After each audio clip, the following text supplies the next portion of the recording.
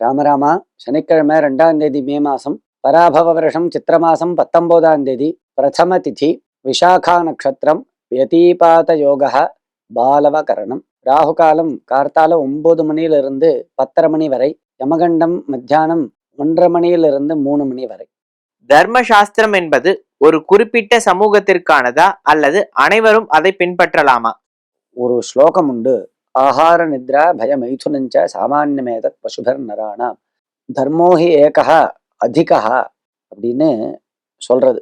இந்த மனுஷனுக்கு ஏண்டா உயர்வு அப்படின்னா, சாப்பிட்றதுனால அவனுக்கு உயர்வு இல்லை, தூங்கிறதுனால உயர்வு இல்லை, பயப்படுறதுனால உயர்வு இல்லை, சந்ததிகள் குழந்தைய உற்பத்தி பண்றது அதனால அவனுக்கு உயர்வு இல்லை. ஏன்னா இதெல்லாம் பசுக்களும் பண்றது, பட்சிகளும் பண்றது, பூச்சிகளும் பண்றது. அதுவும் சாப்பிட்றது, அதுவும் தூங்குறது, அதுவும் யாரையோ கண்டு பயப்படுறது, அதுவும் சம்போகம் பண்ணி அப்படி குழந்தைகளை உற்பத்தி பண்றது.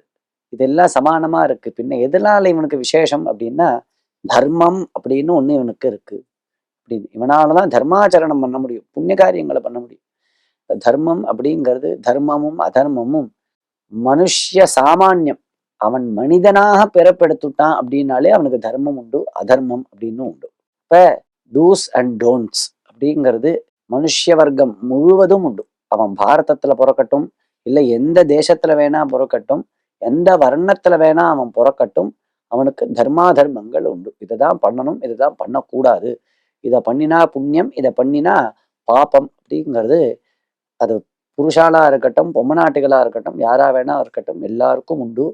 அவளுக்கான அந்த ரூல்ஸ் அதை சொல்லக்கூடிய சாஸ்திரம் தான் இந்த தர்மசாஸ்திரம் அப்படிங்கிறது. இது மனுஷனாக பிறந்த ஒவ்வொருவனாலும் அறியப்பட வேண்டியது, கடைபிடிக்கப்பட வேண்டியது. ராமராம்.